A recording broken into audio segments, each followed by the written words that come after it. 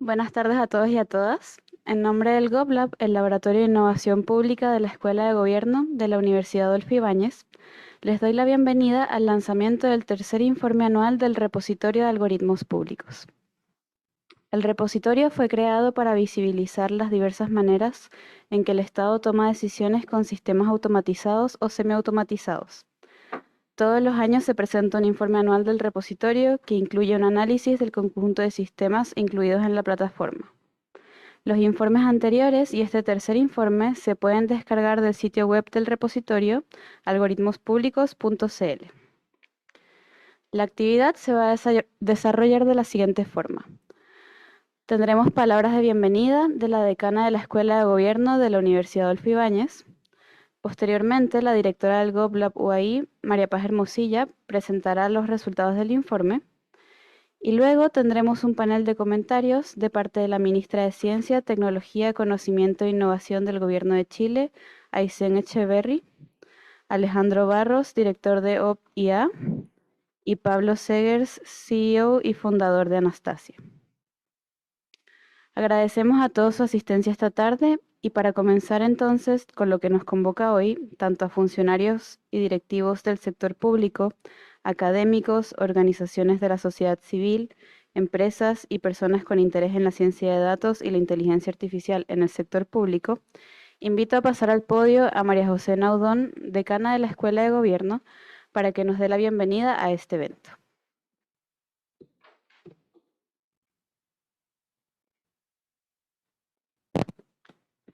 Muy buenas tardes a todas y a todos y muchas gracias por acompañarnos hoy. Y agradezco especialmente a la ministra de Ciencia, Tecnología, Conocimiento e Innovación, Aysén Echeverry, a Alejandro Barros, director de Optia, y a Pablo Segers, fundador y CEO de Anastasia, que nos acompañarán hoy día para analizar los resultados justamente del repositorio que hoy día presentamos. Hablar de inteligencia artificial y de algoritmos en nuestra sociedad es ubicarse en el centro de la agenda pública y académica. En pocos años, el interés por este tema ha aumentado exponencialmente y el debate ha incorporado estos temas a asuntos que hace pocos años parecían muy distantes a la ciencia y a la tecnología. En esta evolución muy acelerada, el GovLab de la Escuela de Gobierno de la Universidad Adolfo Ibáñez ha sido un testigo privilegiado y el repositorio de algoritmos públicos que hoy presentamos se ha erigido como una herramienta fundamental para abordar la creciente preocupación por la ética en el uso de datos. El repositorio de algoritmos públicos no solo proporciona una plataforma para la transparencia y el conocimiento público sobre los sistemas automatizados utilizados por la administración pública, sino que también ha alcanzado este año un hito significativo en su tercer informe, superando la marca de 100 casos de uso de algoritmos.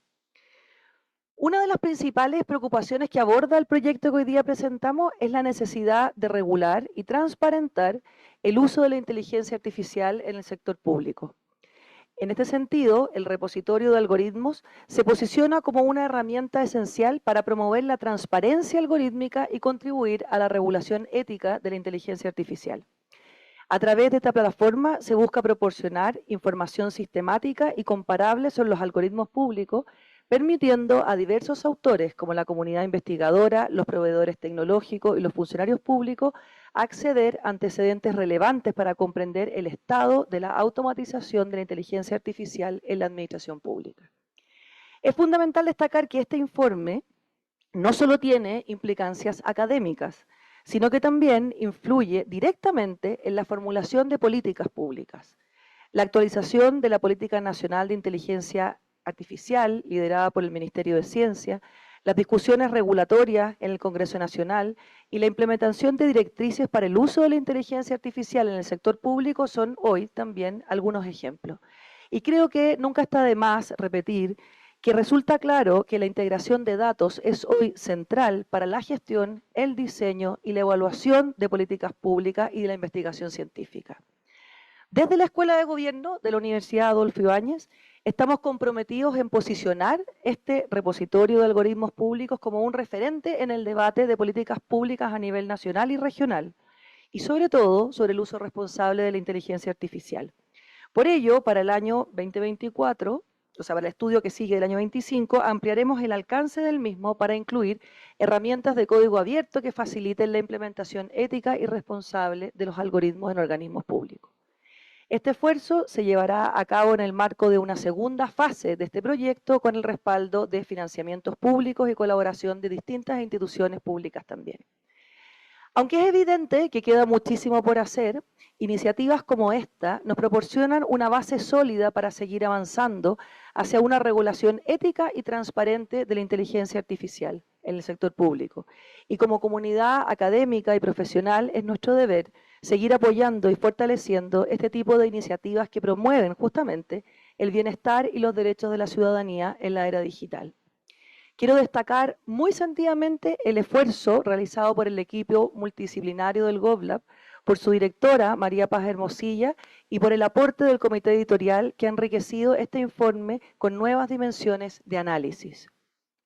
Antes de terminar y de pasar directamente a la presentación de los resultados del repositorio, los quiero invitar para que puedan visitar o puedan asistir la quinta Feria de Innovación Pública, transformando el Estado con ciencias de datos de la IA, que está disponible en nuestra página web y que pueden también acceder a partir del código QR que está presentado ahí y que creemos puede ser de gran utilidad para seguir avanzando en estos estudios y en estos avances, digamos, reflexiones acerca de los avances tecnológicos. Muchas gracias, muy bienvenidos y doy paso entonces a la María Paz que nos va a presentar ahora los resultados del repositorio.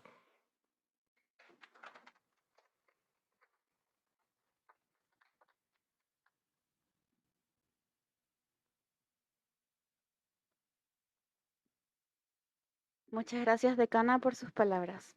Invito a pasar al podio a María Paz Hermosilla, directora del GovLab, quien nos presentará los principales hallazgos del informe del repositorio. También invitamos a quienes nos acompañan en formato online a usar la herramienta de preguntas y respuestas para realizar todas las consultas que tengan durante la presentación.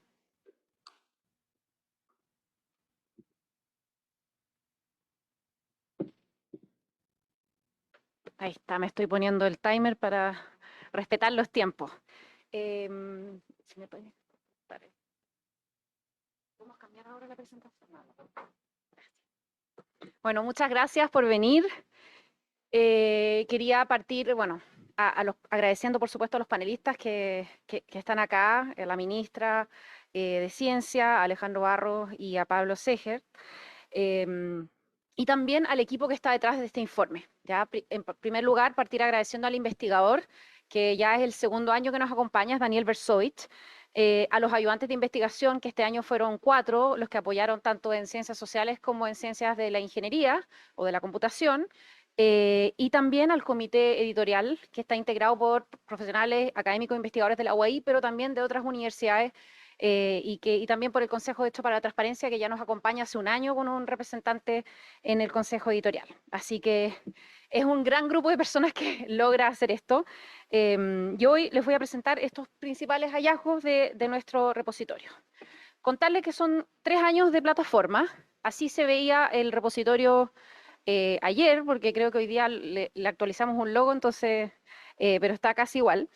¿Y por qué dejé este pantallazo? Porque una de las novedades del año pasado, entre el lanzamiento del informe anterior y este, fue que obtuvimos un premio a la democracia digital, que es un premio latinoamericano en la categoría sociedad civil, que obviamente nos llena de orgullo porque la tecnología, ¿no es cierto?, está participando en decisiones muy importantes que afectan a la democracia.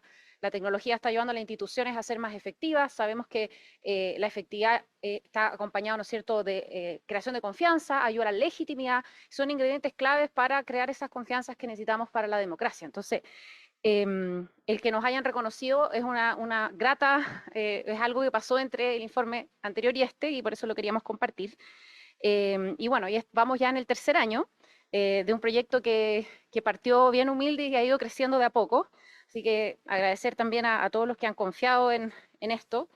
El repositorio parte con un capítulo dedicado a ver qué pasó el 2023 en transparencia algorítmica. ¿Ya? Entonces, para esta audiencia que es como más de nicho, es algo útil porque hicimos un panorama de qué está pasando en el mundo en transparencia algorítmica en, no sé, unas 5 o 6 páginas.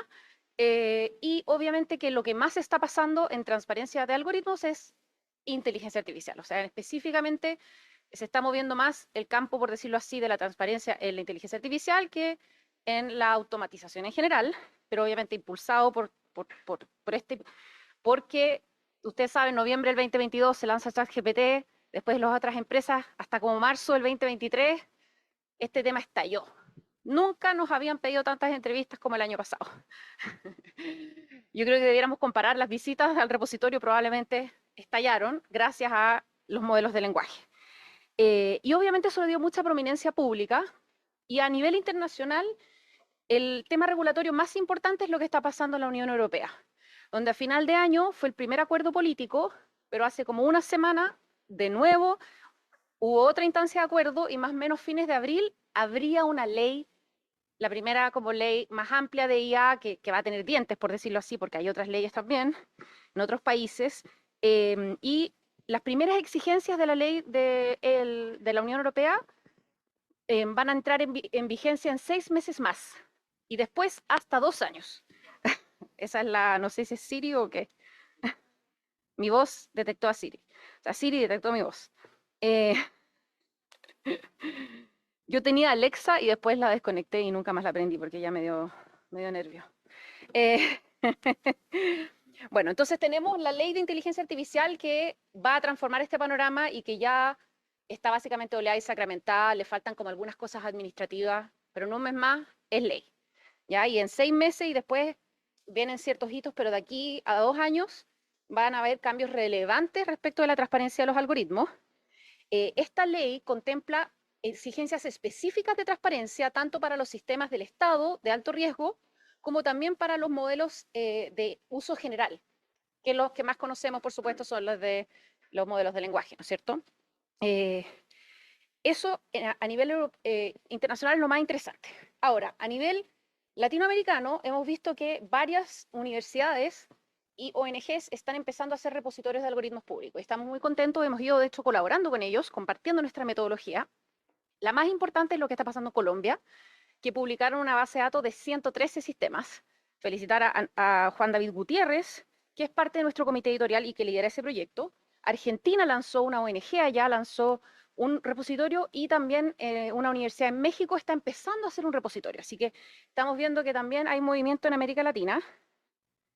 Y a nivel nacional, ¿qué ha pasado? Bueno, estuve mirando, hay 5 proyectos de ley presentados el año pasado, todos mociones, que tienen algo que ver con la inteligencia artificial.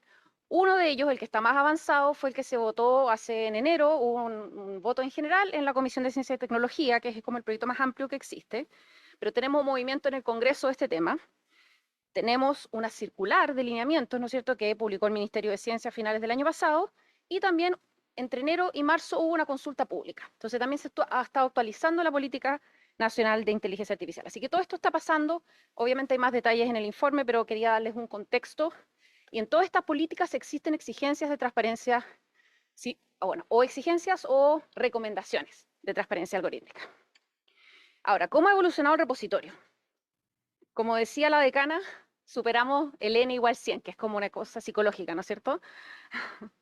Entonces llegamos a 101, fue bien emocionante. Y quiero aclarar algunas cosas en nuestra metodología. Lo primero, nosotros elaboramos las fichas de los algoritmos a partir de información disponible públicamente en las páginas web de diversas entidades públicas y privadas.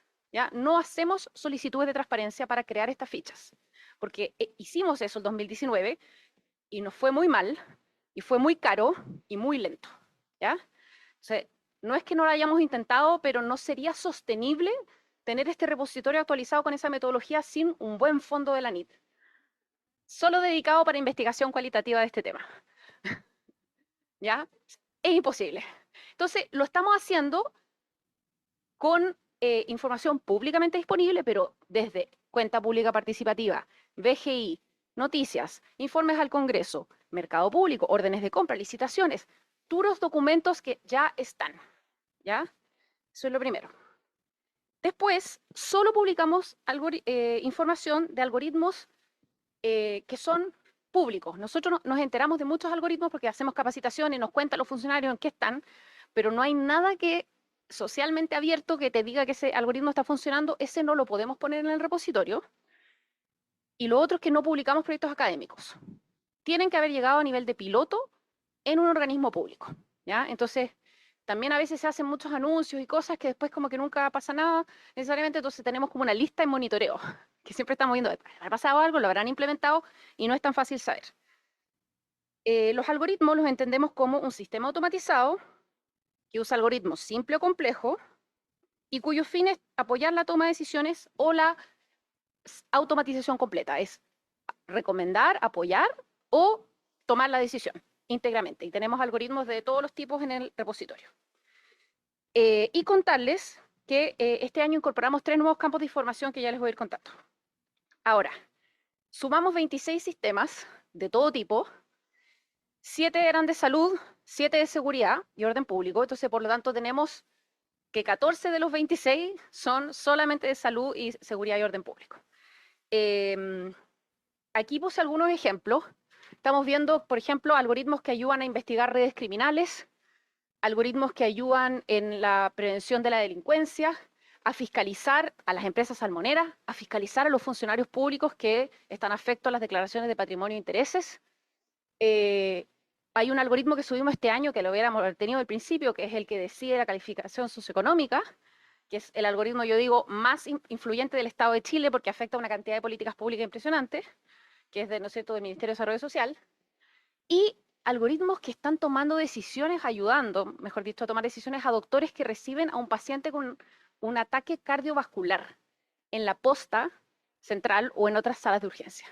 O sea, ese son el tipo de decisiones que los algoritmos se están involucrando. Y por eso también nos preocupa que esto se haga de manera responsable. Porque si yo voy a ir a un hospital con un accidente cardiovascular y de un algoritmo va a depender qué tratamiento se me da, claramente yo quisiera que ese algoritmo fuera igual de probado que, por ejemplo, la aspirina, el paracetamol o el stent que me van a insertar cuando tenga un ataque al corazón, ¿no es cierto? Si es que no es tan grave.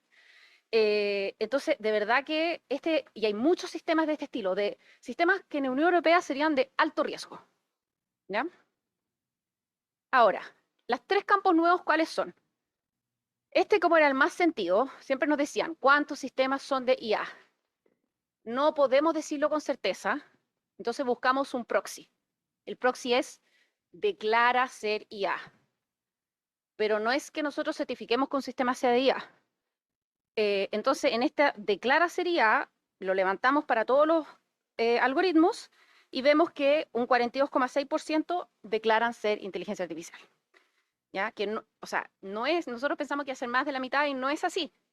Hay muchas decisiones relevantes que se están tomando con algoritmos más simples y no por eso son menos importantes, de hecho tienen efectos importantes en la vida de las personas. ¿Ya? Entonces también, al menos para el punto de vista del GovLab, el alcance relevante para la regulación no es solo la inteligencia artificial, son los sistemas automatizados de apoyo a decisión o de decisiones completamente automatizadas.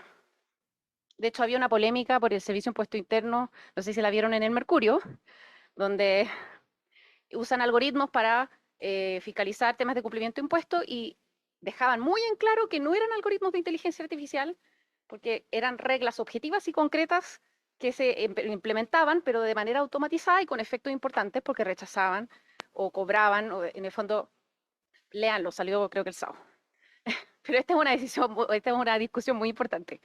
Segundo, datos personales. Nosotros queríamos saber cuántos usan datos personales, entonces también levantamos este campo para todos los sistemas y podemos ver que un 46% está usando datos personales. Y obviamente esto también nos preocupa porque tenemos una legislación completamente anquilosada. Afortunadamente en este gobierno la han impulsado y hace 2 semanas o menos de 2 semanas tenemos una buena noticia que se aprobó una indicación sobre transparencia algorítmica en la ley. Por lo tanto, si la ley sale, va a haber obligaciones de transparencia para sistemas públicos y privados en decisiones automatizadas que afecten significativamente la vida de las personas. Esto es muy importante, así que estamos muy contentos porque el GovLab hizo un trabajo muy relevante de instalar ese tema a través de parlamentarios, proponer las indicaciones y ahí agradecer a Romina Garrido, nuestra subdirectora, que ha sido nuestra representante en esas comisiones.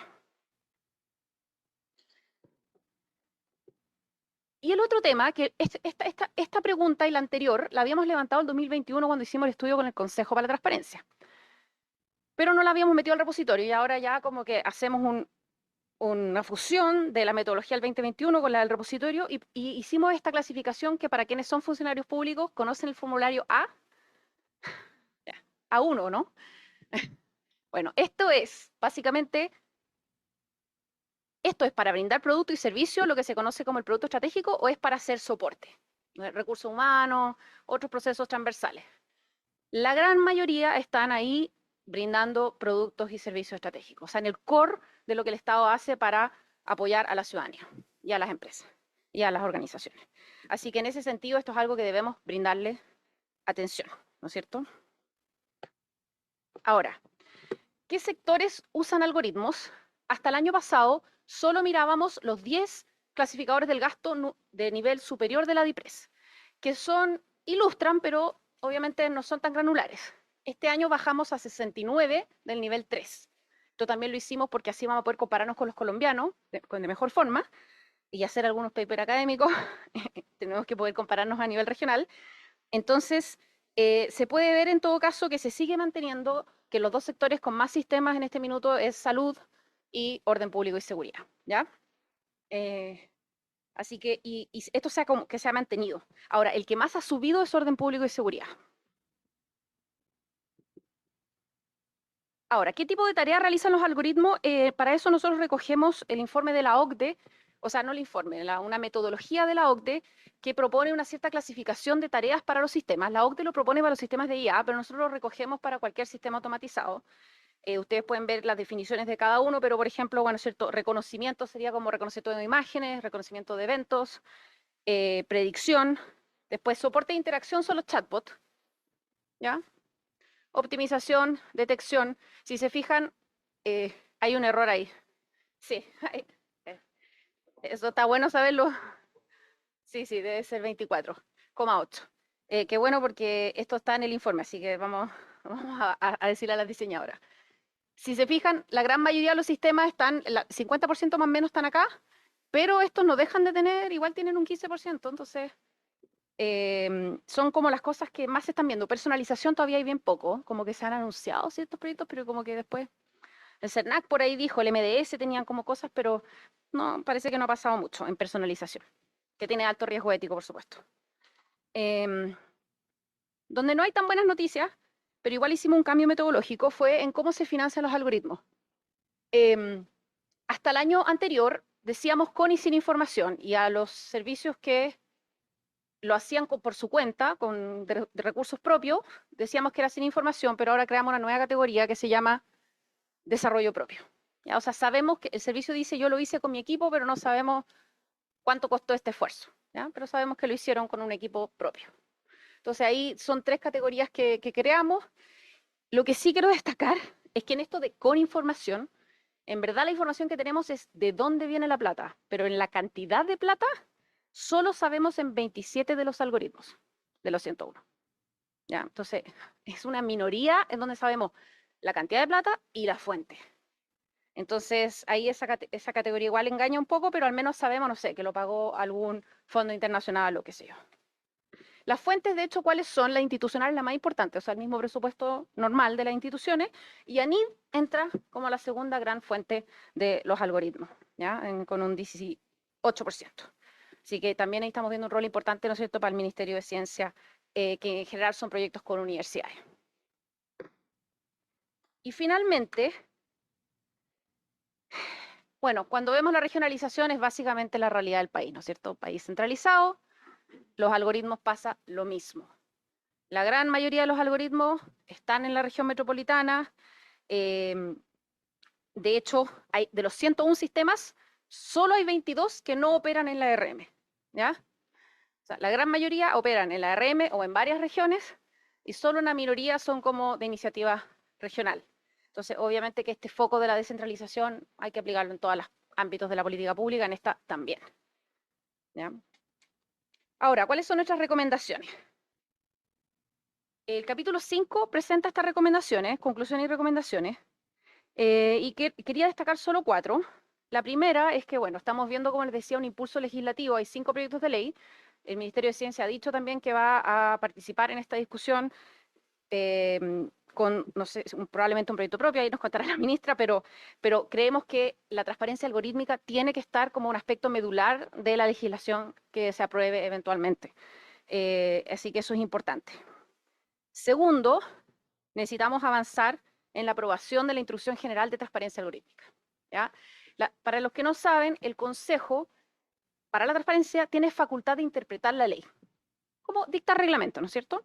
Pero sus reglamentos no se llaman reglamentos, se llaman instrucciones generales. Y ha dictado muchas y tienen fuerza de ley, se pueden fiscalizar, tienen efecto. El Consejo elaboró un borrador de normativa el año 2022, hizo unos pilotos donde 4 servicios públicos voluntariamente abrieron sus algoritmos, el IPS, la Superintendencia de Salud, la Superir y el MDS, el Ministerio de Desarrollo Social, específicamente la Subsecretaría de Evaluación Social.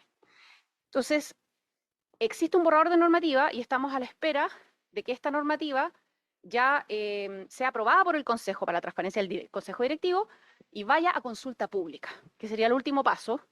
Entonces, esperamos que se avance, porque sin algún tipo de normativa que obligue, va a ser difícil que tengamos mejor información de estos sistemas. ¿Ya?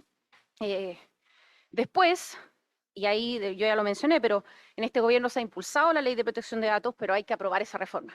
Estamos en la mixta, estamos en la recta final. La ley, como viene ahora, viene con transparencia algorítmica de las decisiones automatizadas que afectan significativamente los derechos de las personas. Entonces ahí vamos a tener 2 años para implementar eso.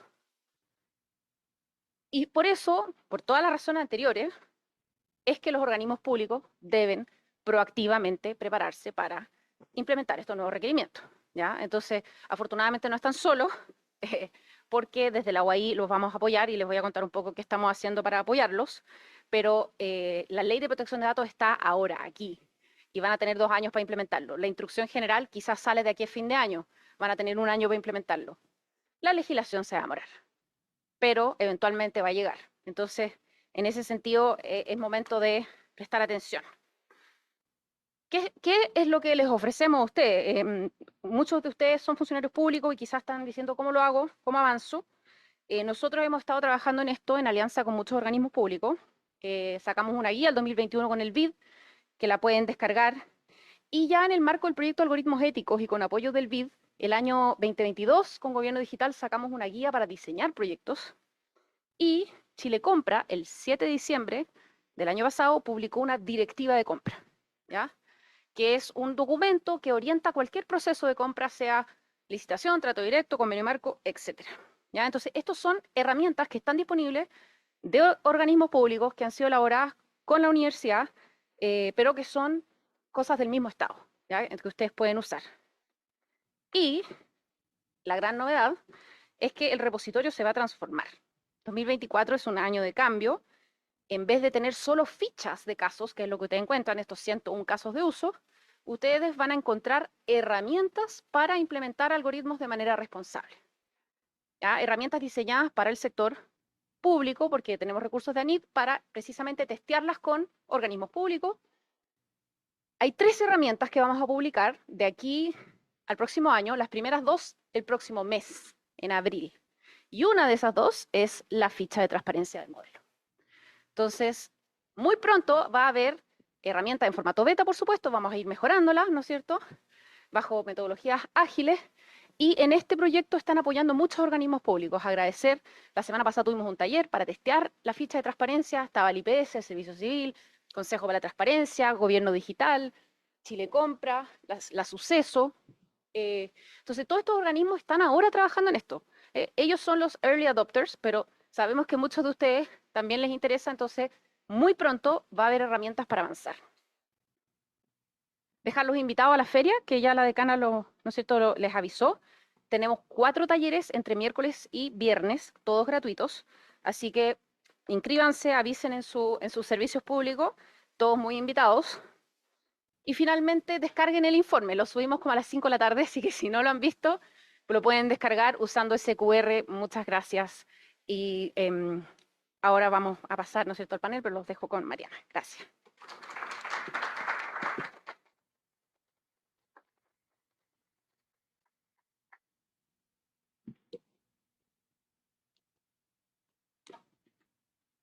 Muchas gracias, María Paz, por la presentación.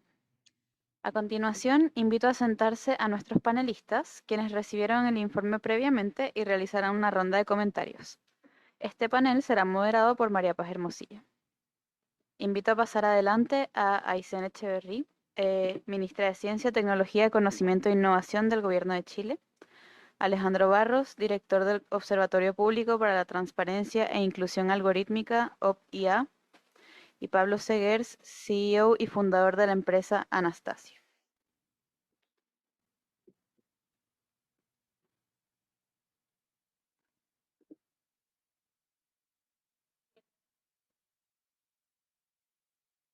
Gracias.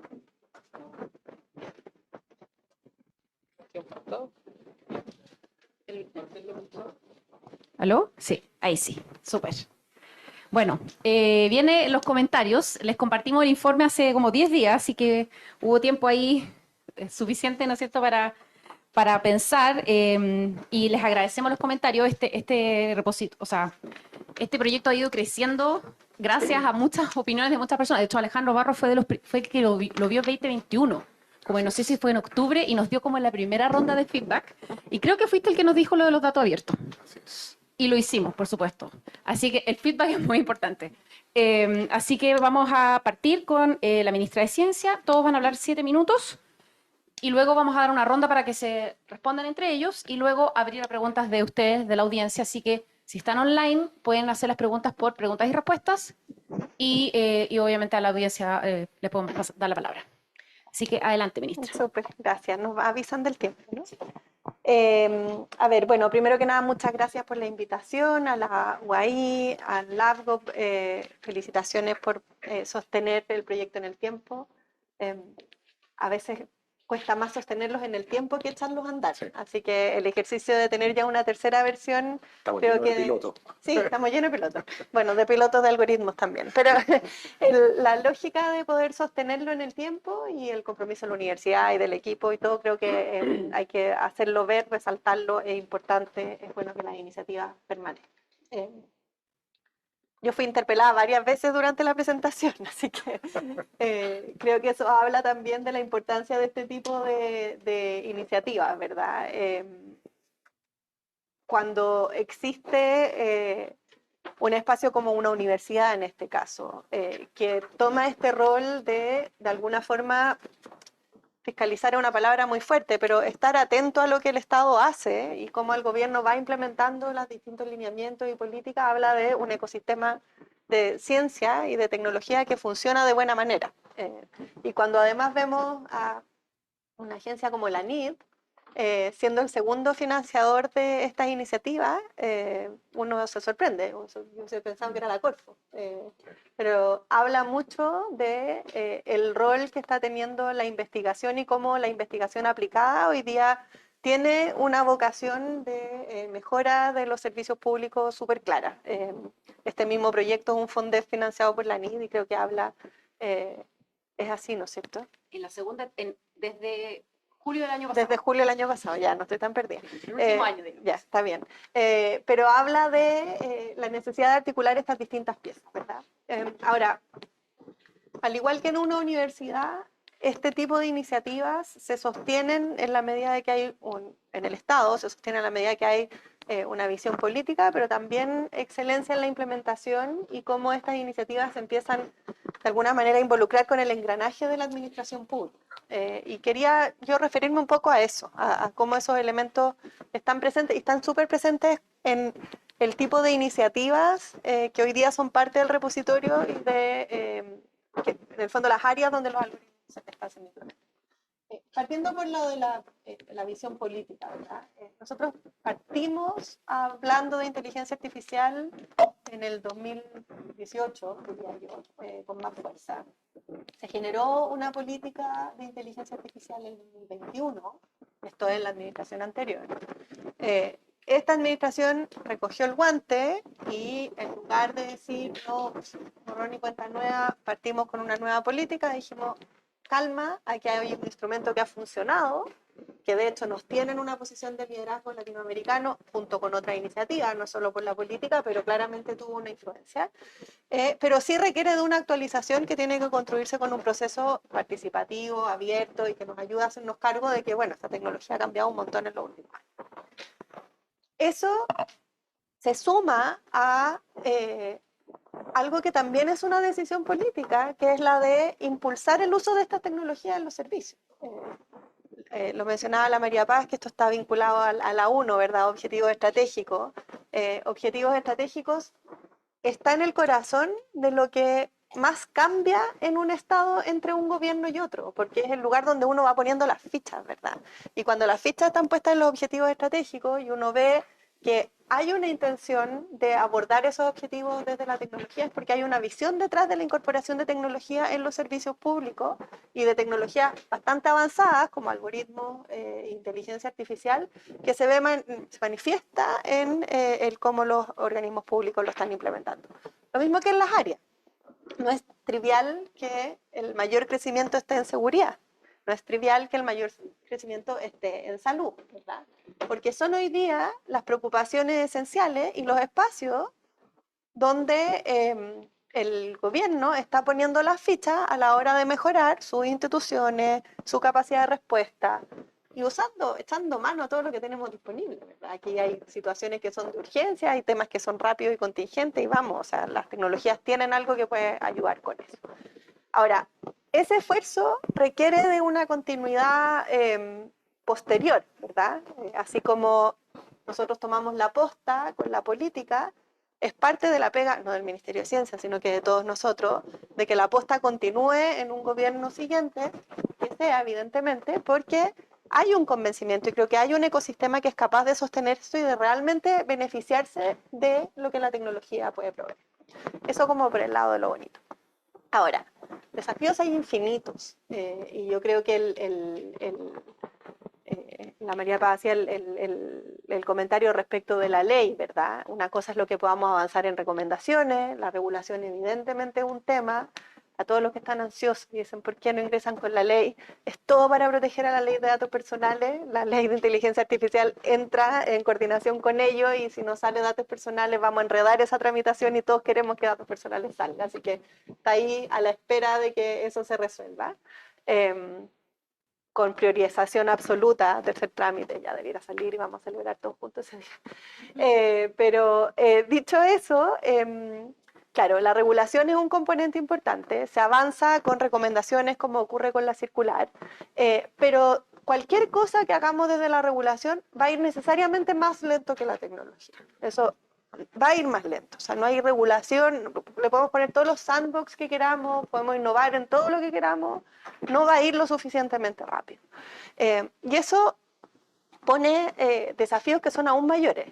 El desafío para los abogados, de cómo hacemos leyes que tengan el suficiente espacio para poder abordar todo esto. El desafío de la tramitación legislativa, que es cómo llevamos adelante una discusión en un entorno donde todavía existe mucho miedo respecto de la inteligencia artificial y ya sabemos lo que el miedo hace cuando se trata de regular, y eso es un desafío que vamos a tener que de alguna manera gestionar todos los que estamos involucrados. Pero también cómo nos movemos hacia una implementación de estas regulaciones que no signifiquen un bloqueo o un desincentivo a la innovación.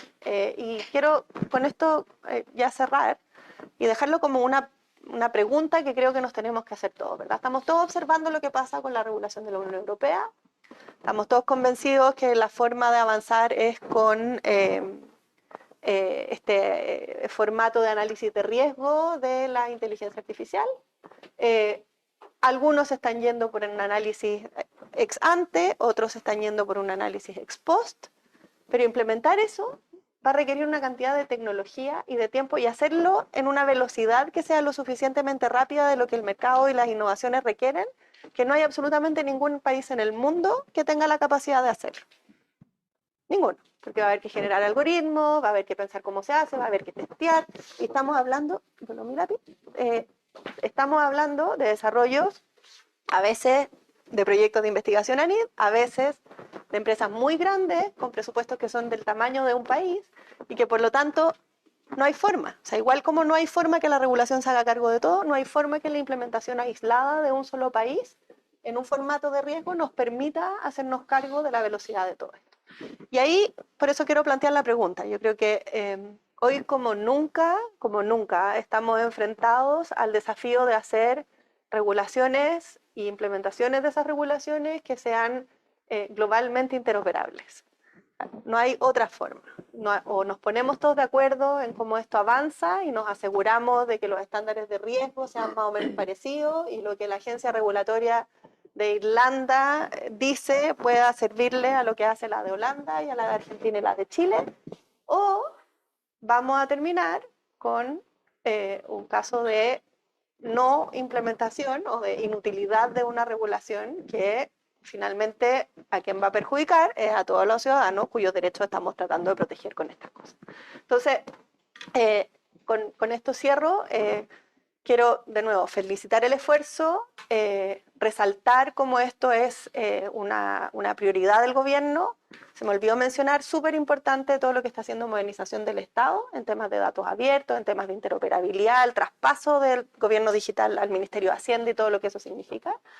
Pero creo que es fundamental que miremos estos desafíos con lógica de internacionalización también. Y ahí el trabajo que están haciendo de compartir estos repositorios y metodologías con otros países en Latinoamérica creo que va en la dirección correcta. Y más bien dejo planteada la preocupación de, bueno, cómo cada uno desde su espacio puede promover a que esto ocurra para que no terminemos con países islas sin capacidad de ni siquiera mirar o analizar el riesgo de un algoritmo y con unas regulaciones maravillosas que van a servir básicamente para estar guardadas. Eso. Muchas gracias, ministra, por sus comentarios. Vamos a seguir ahora con Alejandro Barros, director del Observatorio Público para la Transparencia e Inclusión Algorítmica, Optia. Adelante. Gracias. Bueno, muchas gracias por la invitación. Efectivamente, este es un proyecto que yo conozco hace bastantes años. De hecho, me acuerdo, qué bueno que lo recordaste, María Paz, porque me acuerdo la primera versión del sitio. De hecho, me mandaron la versión del sitio, me pidieron comentarios. Estaba todavía en una URL escondida por ahí, así que lo conocí desde su comienzo. Y comparto plenamente lo que dijo la ministra, o sea, la gracia es sostenerlos en el tiempo, este tipo de proyectos. Porque estamos llenos de proyectos pilotos, sobre todo en este ámbito, digamos. Entonces, a mí me gustaría plantear dos cosas que yo veo como dos grandes áreas de desafío. Y quiero partir por el más macro, que es el desafío regulatorio, para después hacer la bajada a los desafíos específicamente de un proyecto como este. Yo veo básicamente cuatro elementos de desafío cuando uno empieza a regular cosas que están vinculadas al ámbito tecnológico. El primero es que los ciclos regulatorios son mucho más largos, y lo decía la ministra, que cómo avanzan las tecnologías.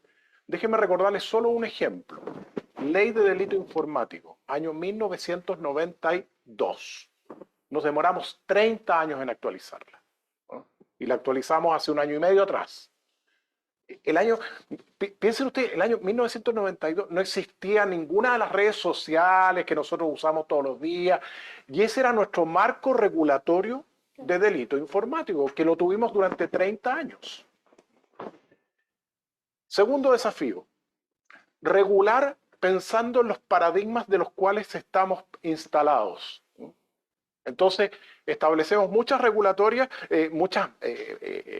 marcos regulatorios, pensando en el papel y no en lo digital, en lo presencial y no en lo no presencial. ¿Ah? La ley de firma electrónica es un ejemplo de eso. ¿Ah? Entonces, ahí también hay un desafío de cómo mirar de una manera distinta el proceso regulatorio en este ámbito. El tercer desafío que yo veo es que no se entiende la complejidad de la implementación. Lo que nosotros en el Centro de Sistemas Públicos llamamos la falta de vitamina I.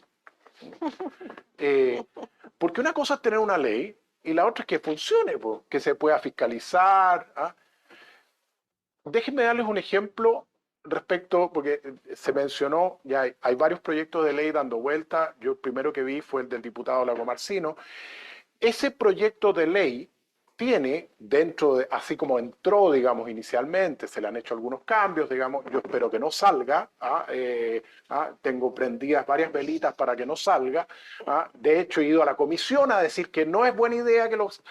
Pero si sale como está, plantea una comisión de expertos que van a evaluar todos los algoritmos y todos los sistemas de inteligencia artificial, con un problema que no está bien definido cuál es el alcance de eso, qué es inteligencia artificial, pero imaginémonos ese número. Eso es un freno a la innovación que es impensado. Entonces, hay también aquí un tema de cómo hacemos esa regulación para que finalmente opere y no sea letra muerta, como lo fue rápidamente la ley de delito informático, dicho sea de paso. Y el cuarto desafío es que nos hemos puesto recreativos para regular lo desconocido. Y somos el primer país del mundo que tiene una ley de neuroderechos, pero si nadie sabe qué son los neuroderechos todavía, cuál es tecnología. Esa ley salió antes de que la Neuralink, la empresa de Elon Musk, tuviera la autorización en Estados Unidos para aplicar algunas de sus tecnologías. Y nosotros ya la regulamos. Entonces, la probabilidad de que esa ley quede obsoleta cuando tengamos tecnología disponible en ese ámbito es exactamente 1. Entonces, veo esos 4 desafíos. Yo creo que es bien importante también mirar lo que está ocurriendo en otras partes. El caso que se ha mencionado de la ley de protección de datos personales, el GDPR, que es como el ejemplo que uno mira, bueno, tuvieron muchos problemas con las pymes, porque el costo de implementación para una pyme, para hacer compliance del GDPR, es altísimo. Entonces, el Estado tuvo que meterse la mano al bolsillo para hacer subsidios a las pymes para que pudieran cumplir. Entonces, yo creo que aquí es importante, y más en este momento que hay como un ansia y están pasando muchas cosas, la María Paz lo mencionaba, el martes recién pasado fue la ley europea, y que plantea cosas que que va a ser complicado implementarlas. O sea, los usos prohibidos que plantea la ley, el scoring social, el uso de biometría para reconocimiento facial, etcétera, etcétera. En vivo, exactamente. Entonces, yo creo que ahí hay un tema. Ahora, quiero hacer la bajada al proyecto. Como decía, creo que es un proyecto. Yo diría que el gran atributo que tiene el proyecto es instalar este tema, ¿no? Y que tiene 2 miradas, porque se instala el tema, pero todavía, cuando uno mira el listado de los algoritmos, lo estuve recorriendo del informe, hay ahí como una mezcla de cosas, en el sentido que hay cosas que probablemente en el mundo de la inteligencia artificial uno diría, no, es una regresión múltiple compleja, no es inteligencia artificial. Pero como no tenemos todavía, y yo creo que a lo que ayuda, y probablemente ese proyecto que viene va a ayudar a eso, es a que entendamos de mejor manera y nos pongamos de acuerdo qué es y qué no es. Un ejemplo que uno podría plantearlo como pregunta: el sistema de admisión escolar, el SAE, que está basado en un algoritmo que fue desarrollado hace muchos años atrás y que lo utilizan en Nueva York, que lo utilizan en Holanda, para hacer selección escolar. ¿Es o no es inteligencia artificial? Y así, como esos hay varios. Entonces, yo veo que ahí hay un desafío importante. El otro desafío, o sea, como desafío en el sentido de poder poner de acuerdo y poder ponerle bordes a esto claro, sin perjuicio que puede estar en el repositorio, pero decir, esto sí es inteligencia artificial, esto no lo es. Porque hoy día es más cool decir que es, a que no lo es. Y uno mira y abre el algoritmo y dice, no, pues esto es una regresión nomás. Yo creo que ahí hay un tema también de cómo se vincula, 2 minutos, sí, ¿Cómo se vincula? Y termino con eso. El proyecto, déjeme plantearlo también como desafío. Yo creo que estos temas hay que vincularlos al concepto de valor público. Que hoy día muchos de esos proyectos que están en ese listado están tomando solo una dimensión del valor público. El valor público tiene tres dimensiones. Tiene la dimensión de provisión de servicios, más eficiente, de mejor calidad, de más satisfacción. Tiene una segunda dimensión que es la que se denomina impacto social, y eso significa cohesión, significa equidad. Y tiene una tercera dimensión, que es la de confianza y legitimidad en los servicios que presta el Estado. Entonces, yo creo que un desafío interesante para este proyecto es cómo se mueve no solo de esa primera dimensión, que es como la más obvia, que el Estado preste mejores servicios en términos de eficiencia y el buen uso de los recursos, sino que también a esas otras dos dimensiones, impacto social y credibilidad y legitimidad. Espero no haberme pasado. Muchas gracias. Tuvimos un corte de luz, parece, no sé qué tuvimos, pero no sé si el Zoom sigue. Ay, qué bueno. Para poder compartir esto con todos a futuro. Muy interesante. Me encantaría ganarme un fondo para hacer esa bajada de valores, de valor público.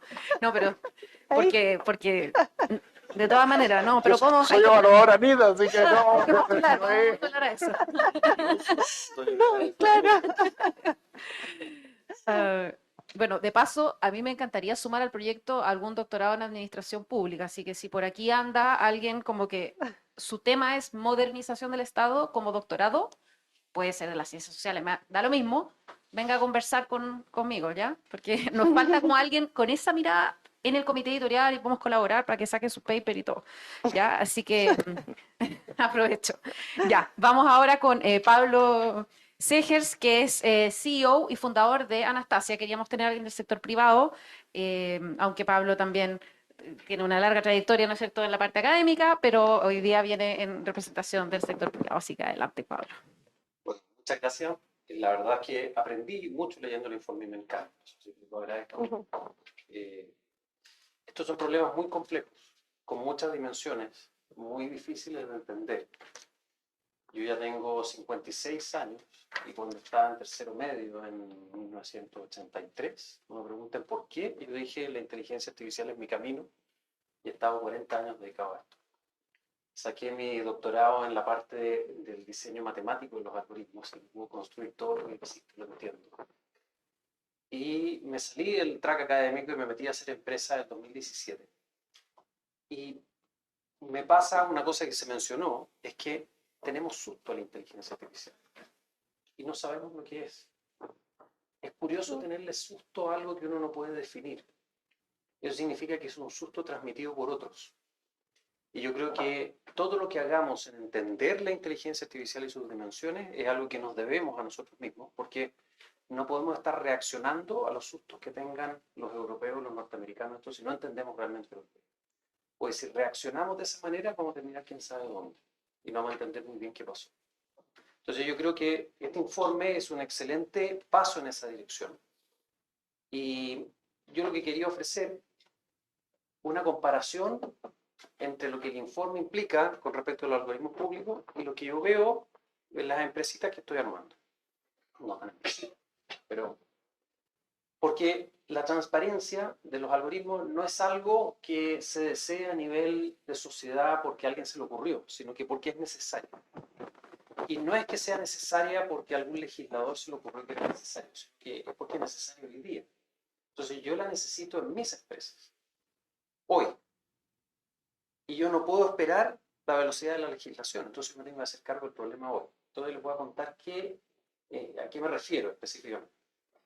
Cuando uno habla de un vaso, aquí está el vaso, yo voy a estar mirando el vaso 10 años y el vaso va a estar prácticamente igual.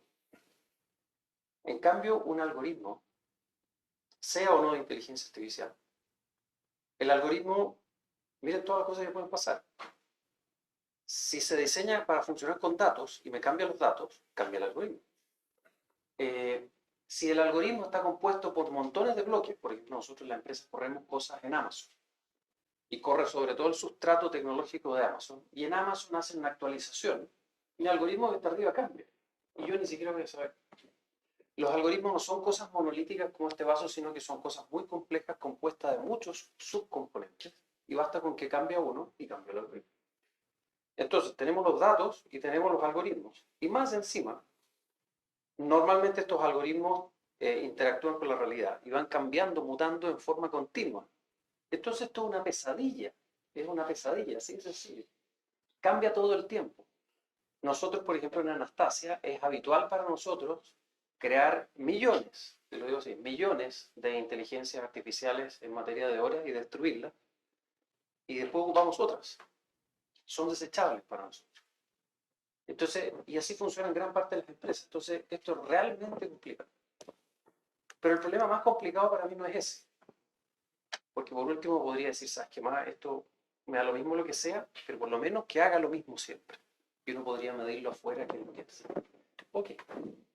Pero hay un problema más delicado. Por ejemplo, en un hospital, donde se está ocupando un algoritmo para hacer un escáner y analizar y determinar si hay un tumor o no. ¿Qué pasa si alguien cambia ese algoritmo? Por accidente, puede ser. ¿Qué pasa si alguien hackea el hospital y cambia el algoritmo? En Anastasia, ¿qué pasa si eso me pasa a mí? ¿Qué pasa si nosotros nos equivocamos y de repente hicimos un cambio en el algoritmo y no nos dimos cuenta y en lugar de ocupar el algoritmo A, ocupamos el B y a nuestros clientes les causamos un daño? Entonces la transparencia yo la necesito hoy en mis empresas y la necesito segundo a segundo. Entonces las formas que nosotros hemos visto que esto lo podríamos solucionar es con un proceso de certificación. Y por ejemplo nosotros liberamos un algoritmo para ser utilizado por los clientes y hay alguien que está mirando otro software que certifica y que está diciendo ese es el algoritmo que tienes que ocupar. Cuando se vuelve a ocupar dice sí, ok. Entonces está constantemente certificando que ocupamos lo que hay que ocupar. Y así nos aseguramos de que por lo menos el vaso siga siendo el vaso, no sea una botella, no sea otra cosa. Esa es la primera de las cosas que nosotros estamos preocupados, que efectivamente lo que nosotros decimos que es, sea. Entonces, desde ese punto de vista, veo reflejado en el informe la enorme dificultad que ha tenido que se reflejar una cantidad inmensa de trabajo que no nos ha dicho nada de eso, para reflejar los datos que están ahí. Y esto solamente se va a poner peor, porque va a haber más algoritmos por más partes. Entonces, ¿cómo solucionarlo? Una vía que podría ser incluso más rápida es la de la certificación, crear entidades certificadoras, y uno diga, mira, el hospital tiene que ocupar certificación 1, por decirlo así. Son actividades no pertenecen. Eso es lo que yo estaba pensando en los paralelos que el informe me despierta con respecto a las necesidades que yo tengo dentro de la empresa. Y para rematar en ese sentido, a lo largo de las líneas que se mencionaban, yo creo que nosotros tenemos, por alguna razón, dentro de Latinoamérica, estamos un poquitito más avanzados, o quizás no tan poquitito, quizás más, en este tipo de temas. Y tenemos una verdadera oportunidad de convertirnos en un polo de atracción y de desarrollo de no solo normativas, sino que de algoritmos, de formas de hacer las cosas bien, a nuestra pinta. Nosotros somos latinoamericanos y el espacio que nos da nuestra cultura, que es distinta, nosotros somos distintos al resto del mundo y nos gusta hacer las cosas ligeramente distintas. Y eso permite espacios para hacer las cosas distintas, con otras legislaciones, otras maneras de hacer las cosas. O sea, yo creo que el informe es muy bueno en el sentido que es importante que se haya hecho acá. Yo estoy acostumbrado a leer muchos informes que vienen de otros lados. Me da mucho gusto y refrescante leer un informe hecho acá, en ese sentido. Eso. Muchas gracias.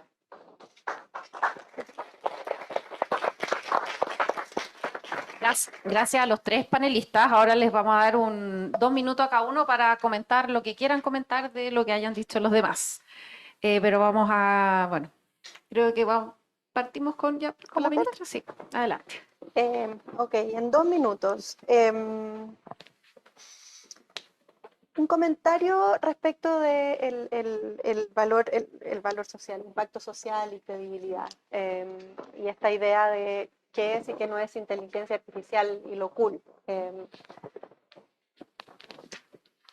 Y quizás solo con el ánimo de provocar. Sí. Una pregunta y una provocación. El comentario es que efectivamente el componente de confianza y de confianza en las instituciones, donde el Estado es un conjunto de instituciones en las que se debiera confiar, es un tema de preocupación generalizado. Hoy día parte importante de la agenda que está impulsando el equipo de modernización liderado por la subsecretaria Werner tiene que ver con cómo se recupera y cómo se construye y reconstruye la confianza en las instituciones, y por eso todas las iniciativas vinculadas a datos abiertos, todas las iniciativas vinculadas a transparencia son parte de esa agenda también. Pero es un esfuerzo mucho mayor que eso, o sea, son muchas piezas y son muchos factores y son muchos los actores que tienen que incidir. Pero hay otro componente en la credibilidad y en la confianza que tiene que ver con la capacidad que tienen los servicios públicos de dar una respuesta oportuna, de dar una respuesta que se comprenda, de resolver el problema de las personas. Es otra arista de la confianza. Y en ese espacio, y aquí viene como la provocación, ¿verdad? Es muy poco académico de mi parte, pero si es inteligencia artificial o no es inteligencia artificial, y lo quieren llamar inteligencia artificial porque es más cool y les sale más fácil levantar el proyecto dentro del servicio, adelante. Eso no puede significar que retrocedamos en el respeto de los derechos. Y eso plantea el desafío de cómo uno genera regulaciones que resguarden los derechos, pero al mismo tiempo permitan a ciertas cosas vestirse de algo más de lo que son, si es que va a ayudar con algo de lo que no hemos hablado hoy día, que es la dificultad de los procesos de transformación cultural atrás de las instituciones a la hora de implementar estas cosas. Y como hubo avisos de utilidad pública, me voy a aprovechar. El primero es que el repositorio ya yo creo que quedó obsoleto porque en el Ministerio de Ciencia implementamos, o estamos en proceso de implementar un algoritmo como piloto, así que yo creo que entraríamos, que no tiene que ver con la regulación, sino que tiene que ver con cómo sistematizamos rápidamente información científica para apoyar en el proceso de toma de decisiones, que es, de nuevo, dentro de los objetivos estratégicos. Están en la 1, así que vamos a tener que meterlo de alguna manera. Y lo segundo, voy a aprovechar de pasar el dato también, de que estamos con este tema de la regulación en Europa. Es súper difícil de entender, son unas regulaciones así de grandes, y aquí mi compañero Alejandro escribió en su blog una muy buena descripción de cómo es esa regulación, así que para todos los que están con preocupación o con necesidad de entenderlo, aprovecho pasar el dato de que hay una forma temprana. A la NIT le informaremos que sería bueno que evaluaran investigaciones focalizadas, pero eso es con la directora, no es conmigo. Gracias. Alejandro, réplicas, ronda de réplicas. A ver, a mí hay una cosa que me hace como ruido respecto del tema de la confianza y me acordé a propósito de lo que decía la ministra. El otro día estuve mirando, hay un barómetro de confianza, el Edelman, bastante reconocido a nivel mundial, que se evalúan, son poquitos países, no tampoco, deben ser unos 30 países que se evalúan. Y estuve mirando el último informe del Edelman Trust, y que muestra que en donde se ha producido la mayor baja respecto de la confianza es en el ámbito de las tecnologías. Y esa baja se viene dando desde la entrada del chat GPT. Entonces, hay aquí un tema, y déjenme llevarlo esto a otro ejemplo. Durante muchos años, a mí me tocó ser parte y liderar el proyecto del sistema de compras públicas en Chile. Durante mucho tiempo se planteó que el tener sistemas de compras públicas ayudaba a mejorar la confianza. Y hoy día los números no dicen eso, lamentablemente. Entonces, en alguna parte se nos perdió algo, ¿no? Porque ¿qué es lo que pasa? Y esto es natural. Los buenos sistemas de compras públicas, ¿no? El nuestro ha sido evaluado de nivel de clase mundial, ¿no? ¿Qué es lo que pasa cuando uno hace transparencia a propósito de lo que tú decías? Es que se saben las cosas, po. Cuando no hay transparencia no se sabe. Entonces, aquí hay una tensión en esto, ¿ah? Y si nos vamos al mundo de los algoritmos, y yo aplico full transparencia y un algoritmo se manda un condoro, ¿cuál podría ser la reacción? ¿Ah? El temor, como tú planteas, no más algoritmos. ¿Ah? Y lo otro que también, y yo comparto que en realidad no importa tanto cómo se visten, ¿ah? Pero quiero contar mi experiencia. Yo soy hace bastantes años evaluador en el Comité de Tecnologías de la NIT. Y hasta hace unos 3 años casi no llegaba ni un proyecto de inteligencia artificial. Hoy día todos, pero uno abre la primera página y la segunda palabra que hay, ¿ah? Es inteligencia artificial. Y uno lo lee y después dice, pero si esto no tiene nada de inteligencia artificial, ¿no? Entonces también hay un tema ahí que no hay que perderse, porque el problema que podemos tener, que efectivamente finalmente que un servicio público lo haga bien con un algoritmo de inteligencia o no de inteligencia, es que el marco normativo, volviendo a eso, voy a meter en un saco cosas que no debieran estar en ese saco. Entonces, voy a tender a sobreregular finalmente. Usted es inteligencia, ya, pase por acá a la comisión de expertos del diputado Lagomarsino, digamos, a que se evalúe. No, si no tengo por qué evaluarme. Gracias, Alejandro.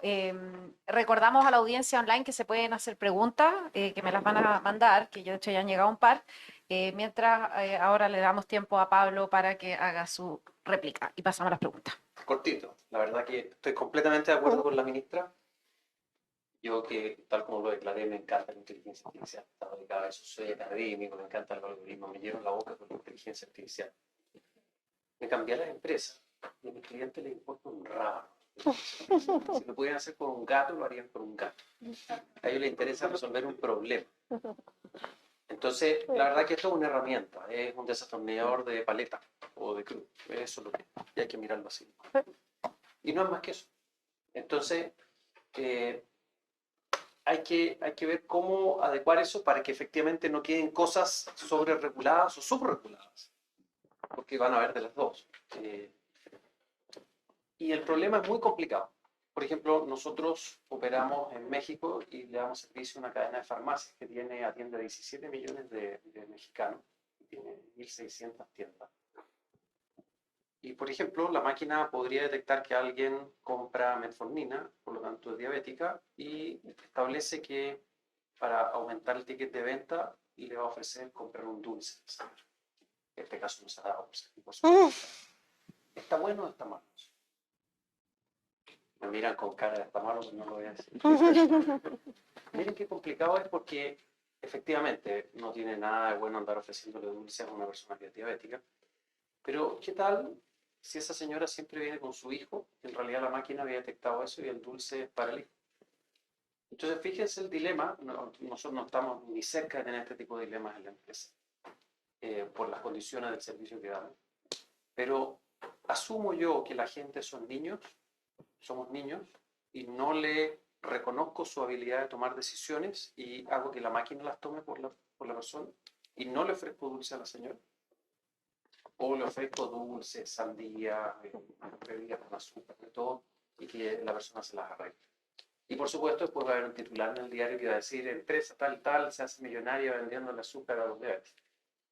Entonces, el problema, la intersección de la ética y la inteligencia artificial es probablemente el problema más difícil de todos, porque la ética nos pertenece a nosotros, somos agentes morales, somos libres, sabemos lo que es bien y mal, no vamos con eso. La inteligencia artificial no tiene ni una diferencia conceptual con este vaso, no es un agente moral, no entiende lo que es, y sin embargo la estamos metiendo en nuestro mundo ético, justo en el problema más difícil de la humanidad, que es saber lo que es bueno y lo que es malo, porque llevamos miles de años y todavía no nos podemos. Muchas gracias.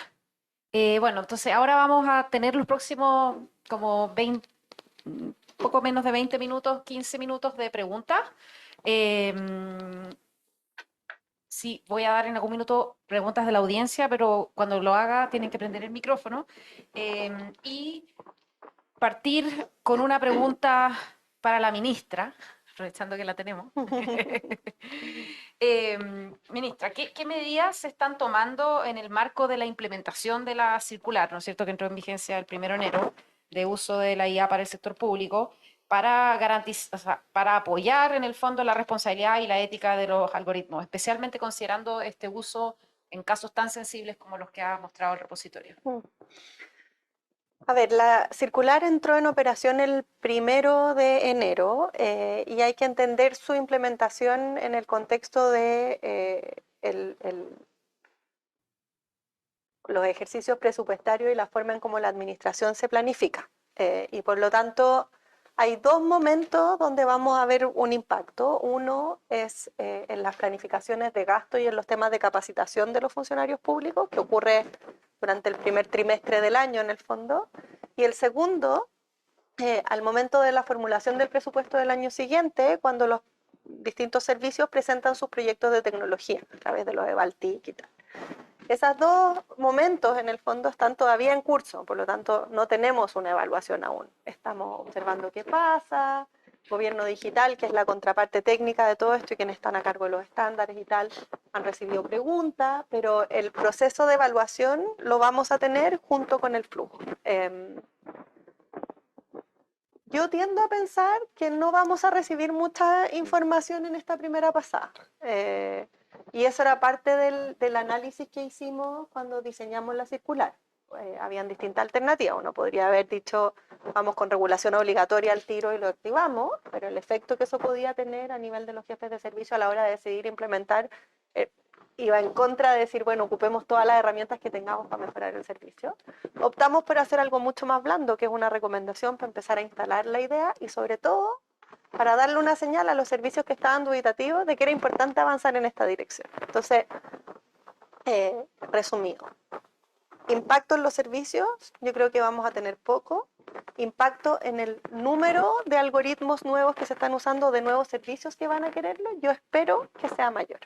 Y eso lo vamos a ir conociendo durante el año. Muchas gracias.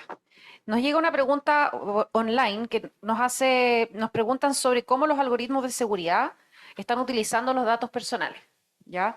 Bueno, contarles que en el repositorio hicimos un análisis específico este año de dos ámbitos, salud y seguridad. Entonces ustedes pueden leer ahí un análisis como más focalizado que hicimos, pero contarles un poco que, a ver, hay algunas aplicaciones que tienen que ver, que no tienen datos personales, por ejemplo, porque predicen dónde va a haber delito, pero todo eso es como predicciones de lugares. O sea, en esta esquina hay un alto riesgo de que ocurra un robo, ¿ya? Y ahí no hay un dato personal, pero hay mucho dato personal en todo lo que es reconocimiento facial, ¿ya? Se están desplegando cámaras con capacidades de reconocimiento facial y obviamente esa cámara funciona viendo datos de personas biométricos que son personales, por ejemplo, comparándolas contra base de datos de personas que tienen antecedentes. Entonces, obviamente ahí hay datos personales, ¿ya? Incluso los sistemas de patente, la patente es un dato, ¿no es cierto?, es como un identificador, que es porque uno es dueño de un auto, entonces también hay muchos sistemas de seguridad que tienen que ver con detección de patentes, ¿ya? Entonces, yo diría que la gran mayoría de los sistemas, los sistemas o sea, los algoritmos de seguridad que tenemos en el repositorio sí usan datos personales. Y de hecho, de los anuncios de IA que hizo el presidente Boric el año pasado fue este sistema de televigilancia con inteligencia artificial. Así que es algo, de todas maneras, que es un tema relevante. Otra pregunta que nos hacen, Helder Vinimelis, es si hemos detectado sesgos en el desarrollo de los algoritmos del repositorio. Esto muchos nos preguntan. No tenemos la capacidad de detectar sesgos en los algoritmos, porque para eso hay que hacer auditorías algorítmicas, ¿ya? Y no hay una transparencia algorítmica que permita hacer eso desde afuera. Alberto Coú, colega de la Universidad Austral, que es parte del comité editorial, está haciendo un trabajo titánico por tratar de entender cómo están funcionando los algoritmos de sugerencia de riesgo de violencia de pareja que está implementando el Ministerio Público ya en 6 regiones de Chile. Y no le ha ido tan bien.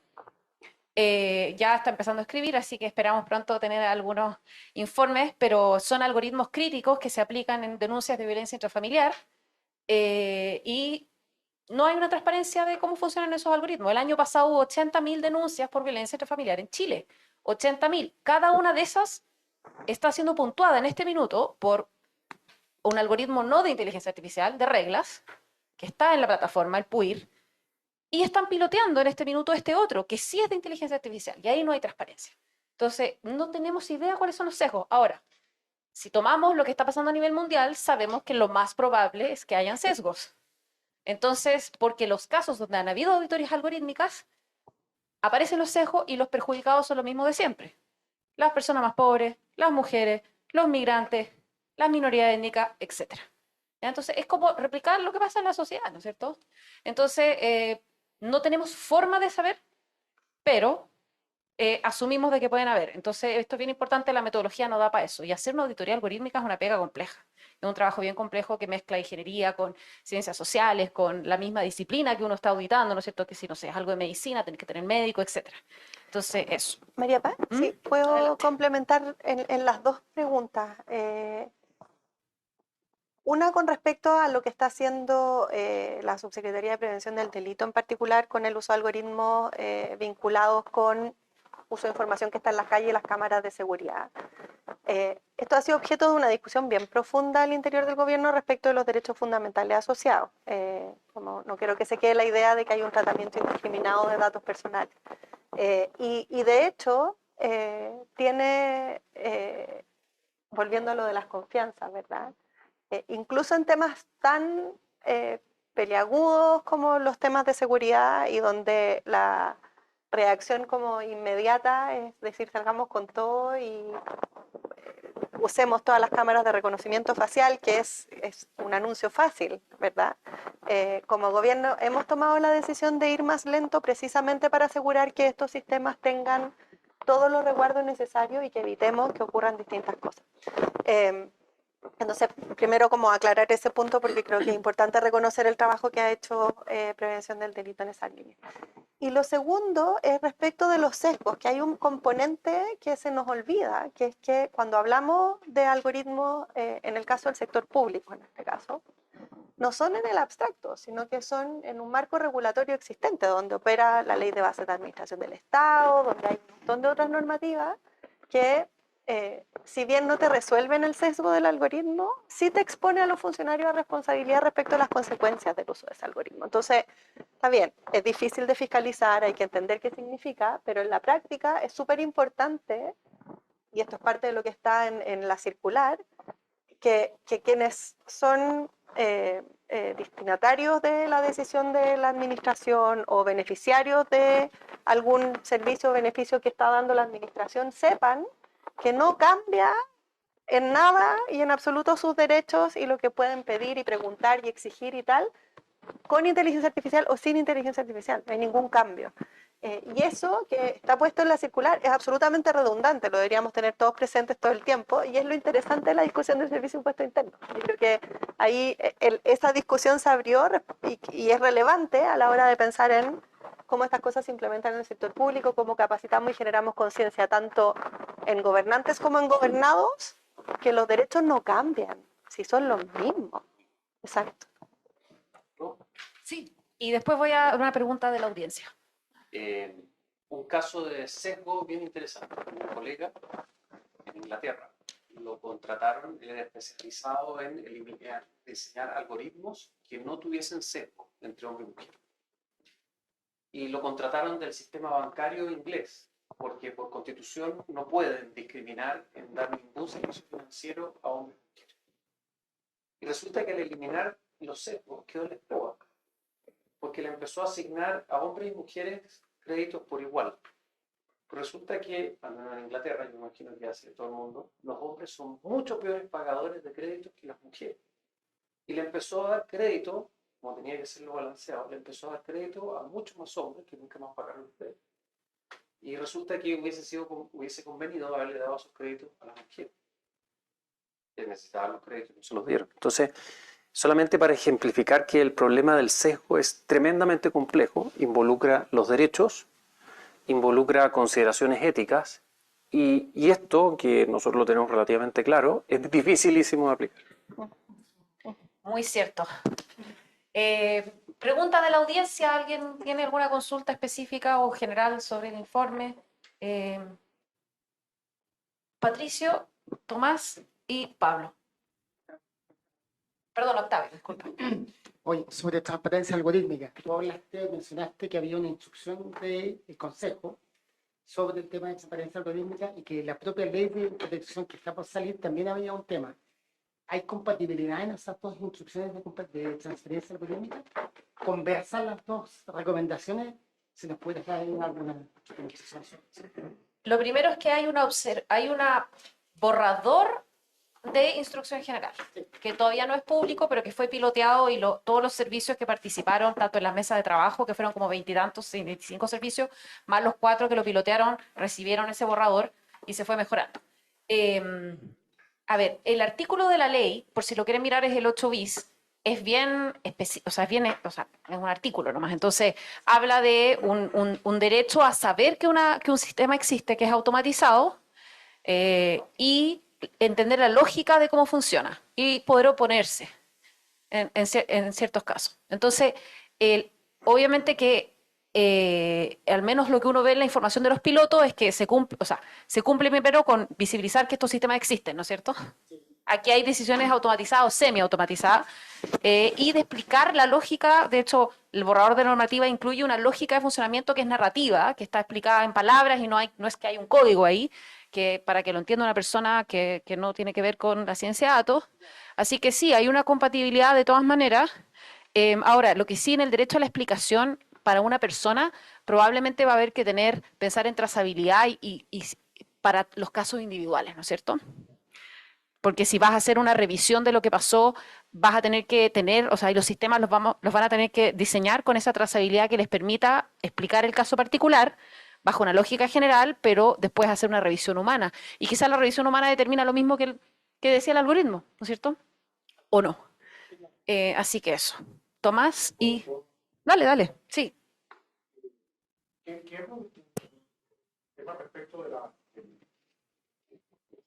Consejo para la Transparencia y la Ley de Transparencia? Si ustedes ven, nuestra primera ley de transparencia es 2009, 10 por ahí, y lo que fiscalizaba, lo que regulaba, eran papeles. Entonces, los servicios públicos tenían que subir todos los decretos, todo esto escaneado, digamos, cuando ya estábamos en el mundo de los datos. Entonces, no regulamos los datos. Ahora se viene un cambio de la ley, y vamos a tener que regular los datos, y más importante que los datos es el procesamiento de esos datos. Y recuerdo hace como 2 años atrás reunirme con el Consejo para la Transparencia, cuando estaban discutiendo el proyecto de ley, y dije, ¿y los algoritmos? Y escuché un ups en la sala. Perdón que haga un alcance, es pensando un poco en que no se contraponga la instrucción o el borrador de la instrucción versus lo que hay en la ley, y que eso termina entregando más el tema legislativo, a eso me refería. Pero la instrucción va a salir después que la ley, así que y se puede, se va a modificar después de la consulta pública, así que yo me imagino que el Consejo verá ese tema, no creo que sea muy difícil. Yo al menos lo veo alineado de lo que yo conozco. Vamos a pedirle a Tomás, ¿decana? ¿Quieres hacer una pregunta? Ya. Lo que voy a hacer es que hagan Tomás, Pablo y la decana las preguntas y después respondemos. Perfecto. Y cerramos. Ya. Entonces, Tomás. Claro, yo quería hacer una pregunta en términos como más bien de adaptabilidad, dejando también un poco de lado la responsabilidad de la inteligencia artificial y hablando en algoritmos. ¿Es siempre más eficiente como para la gestión pública implementar algoritmos? Pensando quizá en un futuro, no sé qué tan futurista, de democratizar, por ejemplo, elecciones mediante mecanismos digitales, algorítmicos. Al final deberíamos preocuparnos como de que haya un aumento sustancial de los algoritmos, en vista de considerando que no suelen como considerar como variables que el sector privado, por ejemplo, no le interesan mucho en materia pública, al menos. Eso. Gracias. Pablo. Bueno, lo primero, felicitar yo creo que al GovLab por este trabajo. Yo creo que es súper bueno. Nosotros, al menos desde el Centro de Sistemas Públicos de Ingeniería Industrial de la Universidad de Chile, lo vemos como algo súper relevante, creo que hay un valor intrínseco no menor y me parece que haber trabajado de manera sistemática durante 3 años da cuenta de un trabajo que yo creo que es admirable, ¿vale? Así que yo quiero partir primero con esas felicitaciones. Dicho eso, yo me quedo con alguna, bueno, esto con Alejandro lo hemos discutido bastante sobre el concepto de la vitamina I, ¿ya? Y es darle la vuelta al repositorio, ¿ok? Porque en el repositorio, nosotros lo que vemos es un repositorio donde hay experiencias que son, comillas, socialmente como deseables de estas. Son aquellas que se publican, las que se ven, pero no hay nada respecto a lo que no se ve, a lo que no funciona, a los proyectos que cayeron, etcétera, ¿vale? Y de hecho, cuando uno ve todo este tipo de proyectos, a mí dice, bueno, de repente más que compartir la experiencia de la solucionática, de repente compartir también la experiencia del proceso del desarrollo. Dentro de la administración pública, los desafíos respecto a la contratación con empresas, por ejemplo, realizar licitaciones, son transversales para el Estado. Entonces, saber, por ejemplo, cómo lo hizo una institución para poder licitar un proyecto, ¿verdad? Sin que se cayera la licitación, que efectivamente se cumpliesen, por ejemplo, esto estoy hipotetizando, ¿vale? Puede ocurrir. Eso no existe, claro. Lo digo porque en el informe no se muestra acá, pero yo estaba revisando el informe, 55% aproximadamente de los algoritmos que tiene esa información suponen una interacción Estado-empresa, ¿vale? 1 de cada 5, por ejemplo, son solo públicos. Entonces, bueno, ¿cómo movilizaste también internamente? ¿Vale? O sea, hay todo un tema interno asociado a la gestión del proyecto, el desarrollo, administración, que ya no va por la solucionática, ¿verdad? Como mencionaba Pablo, esta idea de, oye, si se resuelve con un gato está bien, ¿vale? O sea, si nos ponemos en la posición de, bueno, dado que sabemos que un proyecto de estas características daría una respuesta, ¿cómo funcionó? ¿Vale? Y se me viene a la cabeza ciertas líneas de investigación que son un tanto antiguas, entre comillas, hace 20, 30 años, ¿verdad? En torno a la gestión del conocimiento. Hace mucho tiempo estuvo muy de moda los conceptos de buenas prácticas, ¿verdad? Y se generaron millones de repositorios sobre buenas prácticas. De hecho, con Alejandro trabajamos durante el 2010 el 2014 en generar un repositorio similar a este de prácticas, ¿vale? En el mundo de la salud. Y el desafío para que las instituciones aprendiesen entre ellas es gigante, ¿vale? Pero al mismo tiempo es súper enriquecedora porque te permite saber finalmente cuáles son los factores de éxito y fracaso.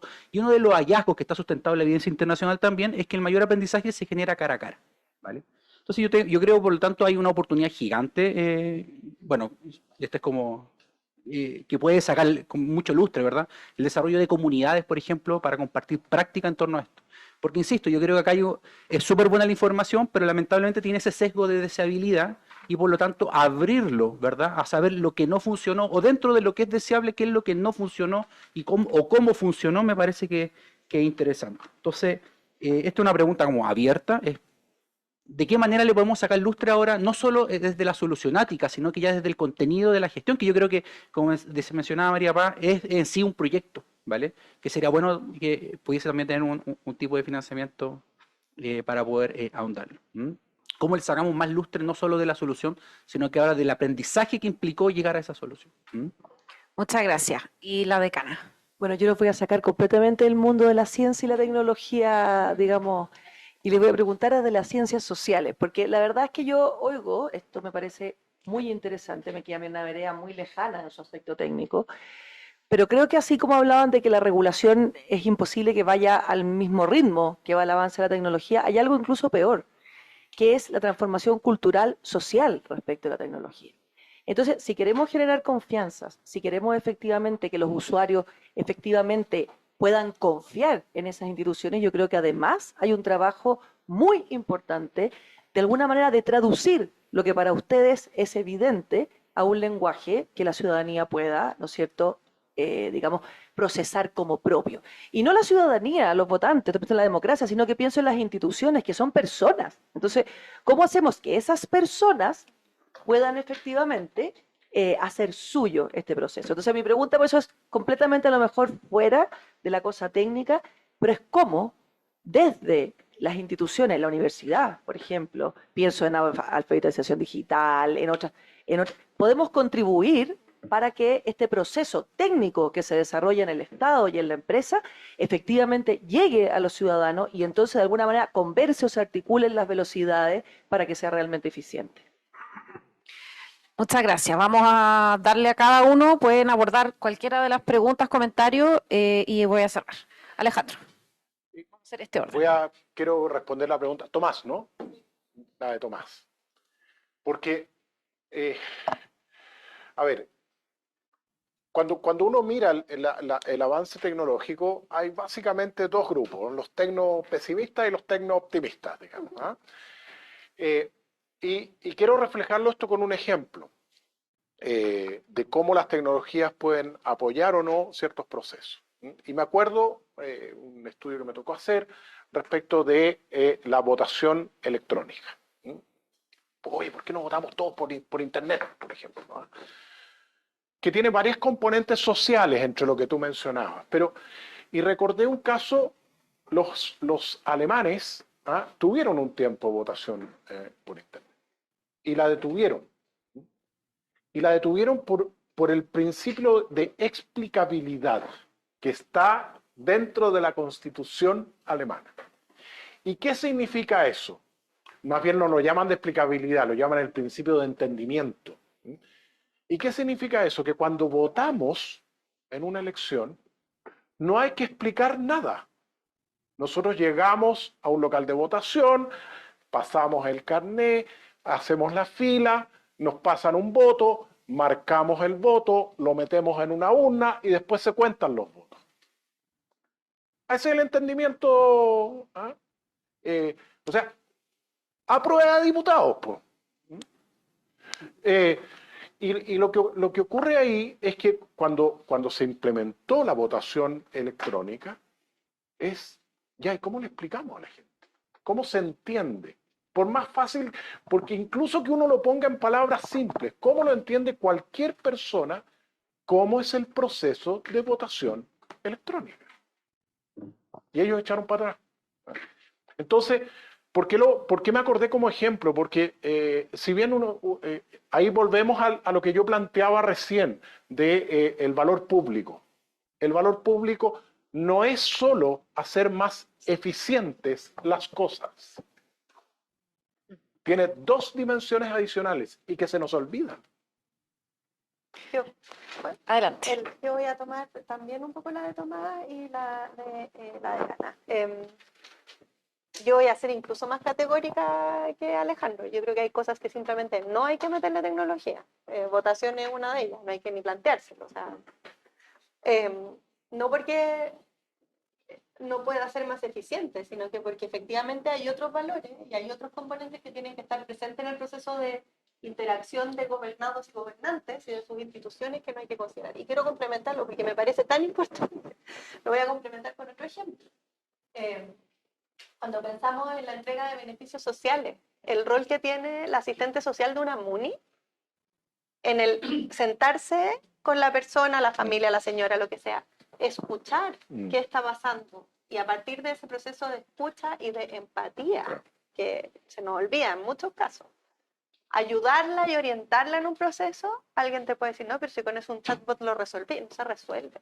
Y puede que esa señora tenga que estar sentada 2 horas y media en algo que se podría haber demorado 10 minutos, pero es un espacio donde la eficiencia no es lo más importante. Entonces, definitivamente no, hay que hacer una evaluación de si es necesario, de si es lo mejor.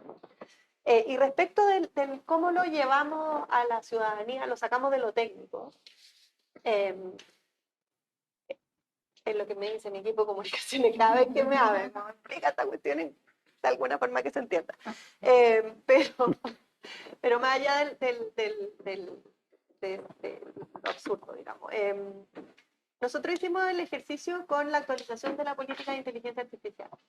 Que lo que hicimos fue actualizar el capítulo de ética y uso responsable. Y lo que construimos fue un conjunto de situaciones donde no se habla necesariamente de inteligencia artificial, sino que hablamos de democracia, de empleo, de educación, de salud. Y en esos espacios es ayudar a las personas a ponerse en esa situación y imaginarse qué significa la incorporación de esa tecnología en algo que para ellos es de todos los días. Y a partir de ahí responder a la pregunta, bueno, desde mi perspectiva, ¿está bien o está mal que la tecnología haga esto? Y se abren conversaciones súper interesantes. Voy a dar solo un ejemplo y me callo, prometo. Me invitaron a la CUT a hablar de inteligencia artificial hace un par de semanas atrás. Y yo fui campante, así, feliz a hablar de todas estas cosas y el uso ético. Y una persona de la audiencia levantó la mano y me dice, pero ministra, ¿usted de verdad cree que usando estas herramientas que dan más eficiencia vamos a tener los trabajadores más tiempo libre? ¿No un poco naif lo que está diciendo? Y tiene toda la razón, porque efectivamente si no generamos esa conexión, no desde nosotros que estamos como un poco enamorados de la inteligencia artificial también, se va a mandar con cosas que encontramos que es súper entretenido y es fascinante, y lo llevamos a terreno, al día a día, qué significa para una persona, nos desconectamos muy rápido y esto no tiene sentido. Pero esos ejercicios, como de abrir la conversación en los usos específicos, en casos súper concretos, ayuda mucho a generar esa conciencia. No necesitamos que todos sean programadores y sepan IA. Necesitamos que conozcan cuáles son sus derechos y que tengan una opinión respecto de dónde la quieren o no. Gracias. Voy a Pablo. hacer un mashup de las preguntas. Y algo que dijo la ministra es completamente cierto. La verdad que si uno agarra los algoritmos, ya solamente los algoritmos no se puede perder toda la vida estudiándolos. Hay libros gordotes sobre algoritmos, y si nos metemos en inteligencia artificial más todas las dimensiones de complejidad, esto es inagarrable. Pero la verdad que, como dijo la ministra, es bien sencilla. Esto es muy sencillo. El foco somos nosotros. Y esto está hecho para nosotros. Entonces, la verdad que es muy sencillo. O sea, nada, algoritmo, inteligencia artificial, gatos, perros, puede discriminar. Punto. Referido a la persona. Entonces, cuando uno refiere todas las cosas a las personas, uno, bueno, en el futuro saldrán computadores cuánticos, no tengo idea, bueno, no va a poder discriminar. Punto. Re fácil. Entonces, cuando uno se vuelve hacia la persona y se da cuenta que todo esto tiene que servirnos a nosotros y regula desde ahí, empieza a tener pies y cabeza el asunto, porque si no, no lo tiene. Lo otro es que, volviendo a cosas que se han mencionado, yo vivo a escala de mi empresa los problemas grandes, por ejemplo, de gobierno, la votación. El sistema de votación con lápiz y papel yo lo encuentro la tecnología más avanzada que existe de votación, y no creo que exista algo mejor, por la simpleza, por los efectos, por todas las dimensiones que hace, lo encuentro brillante. A mí me pasa que nosotros llegamos con nuestra mega aplicación con inteligencia artificial para la pyme, etcétera, etcétera, y la persona de la pyme es una persona. Yo no le puedo tirar el algoritmo e irme, yo tengo que explicarle, tiene que tener confianza, tiene que aprender, tengo que estar yo seguro que él aprendió a utilizarla.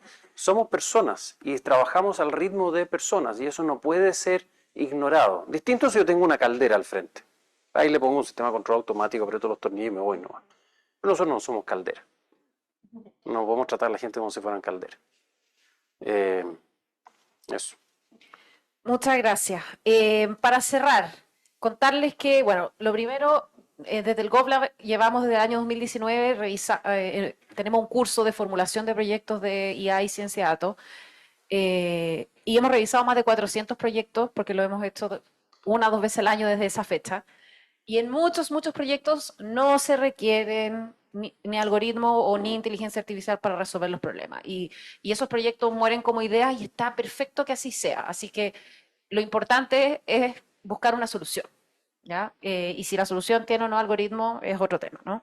Entonces, lo primero no es ir con la tecnología, entonces hay que ir con el problema, y ahí obviamente hay un gran desafío de saber definir el problema, y tenemos, por ejemplo, el trabajo que ha hecho el Laboratorio de Gobierno de Chile para apoyar a los funcionarios públicos en eso, con metodologías que existen y que se están usando en muchos proyectos.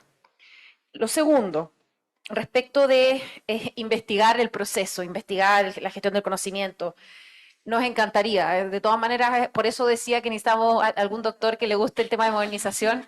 Y plata de la NIT. Y plata de la NIT. Cuatro proyectos. Pero partamos con alguien que le interese, porque, ¿no es cierto?, este tipo de cosas al final se construye a partir de voluntades y después los recursos llegan. Y sí creo importante la comunidad de práctica. Nosotros en el GovLab tenemos una comunidad de práctica que es de nuestros exalumnos y hacemos 2 encuentros presenciales al año. Por si hay exalumnos acá, nos vemos el 12 de abril y después en el segundo semestre va a ser el 4 de octubre. Entonces, yo creo que también debiéramos armar una comunidad de práctica más del Estado, digamos, ¿no es cierto? Y ahí tenemos la buena noticia, ¿no es cierto?, que el gobierno digital se fue a Hacienda, donde está el laboratorio, tenemos la red de innovadores, ya hay comunidades de práctica en salud funcionando, por ejemplo. Así que podríamos pensar en eso también en alianza con estos servicios que están en Hacienda. Así que por ahí yo creo que hay un espacio y de todas maneras hay que verse presencialmente. Si no, esta cuestión no funciona. Y finalmente, con respecto a la transformación cultural, contarles de que nosotros desde la UAI, como parte del FONDEF que nos financió ANID, vamos a desarrollar una primer borrador de una metodología para medir la confianza en los servicios públicos que utilizan algoritmos éticos o algoritmos que hayan sido implementados con principios éticos, ¿ya? Hay 2 investigadores trabajando en eso. A quien le interesa, Christian Rettig, que es filósofo, doctor en filosofía, y Arturo Arregada, doctor en sociología. Y ellos están trabajando en eso. Por ahí por mayo vamos a hacer un taller con funcionarios públicos, les vamos a presentar el concepto de confianza que vamos a querer medir, los vamos a invitar, y después vamos a desarrollar la metodología que va a ser cualitativa y queremos que sea de fácil aplicación, tipo focus group, con quizás encuesta, bueno, pero esa es la idea. Y lo vamos a testear en 2 pilotos con nuestros organismos que ya los mencionamos que están colaborando.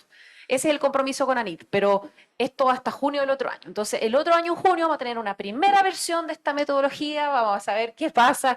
Claramente el desafío va a ser la gran desconfianza que mencionaba, ¿no es cierto?, Alejandro, en la tecnología probablemente. No sabemos qué va a pasar, pero nos interesa mucho este tema de la confianza. Así que este tema de los algoritmos se puede mirar de muchas aristas y también tenemos esa componente en el proyecto. Así que les agradezco mucho a nuestros 3 panelistas, a la ministra, a Alejandro y a Pablo. Les pido un aplauso para todos ellos. Y por eso terminamos el panel y tenemos las palabras nomás de cierre de nuestra maestra de ceremonia.